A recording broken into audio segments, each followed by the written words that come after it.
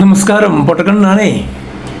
ഈ പണ്ടാര വസൂരിയെ എങ്ങനെയെങ്കിലും കെട്ടിയെടുക്കണമേ എന്നാണ് കേരളത്തിൻ്റെ പ്രാർത്ഥന. ഇത് ഞാൻ പറഞ്ഞതല്ല, നമ്മളുടെ അഡ്വക്കേറ്റ് ജയശങ്കർ ജി പറഞ്ഞതാണ്. കൃത്യമായിട്ട് അതൊന്ന് കേട്ട് നോക്കിക്കഴിഞ്ഞാൽ നിങ്ങൾക്കും തോന്നും, നിങ്ങളുടെ മനസ്സിലെ പ്രാർത്ഥനയും ഇത് തന്നെയായിരിക്കും എന്നുള്ള കാര്യത്തിൽ സംശയമൊന്നുമില്ല. നമുക്കൊന്ന് കേട്ട് നോക്കിയാലോ, ഏതാണ് ഈ വസൂരി എന്ന്?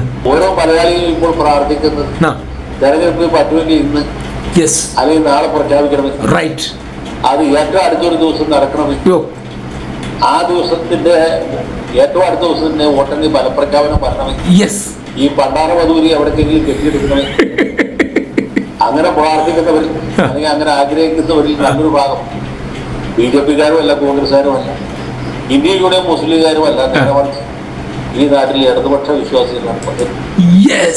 ഈ നാട്ടിലെ ഇടതുപക്ഷ വിശ്വാസികൾ തന്നെയാണ് പറയുന്നത് ഈ വസൂരി എങ്ങനെയെങ്കിലും കെട്ടിയെടുക്കണമേ എന്ന്.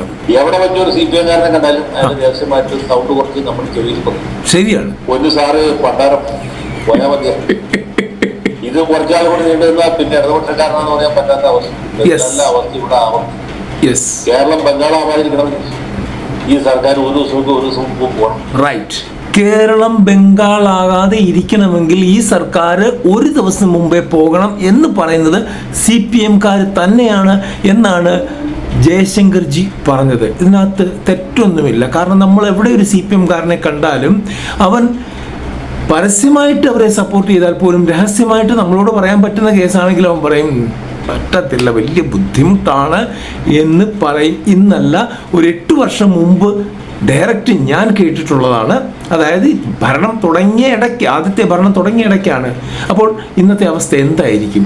ഈ വസൂരി എങ്ങനെയെങ്കിലും നശിച്ച് നാറാണക്കല്ല് വരണമേ എന്നാണ് കേരള ജനതയുടെ പ്രാർത്ഥന.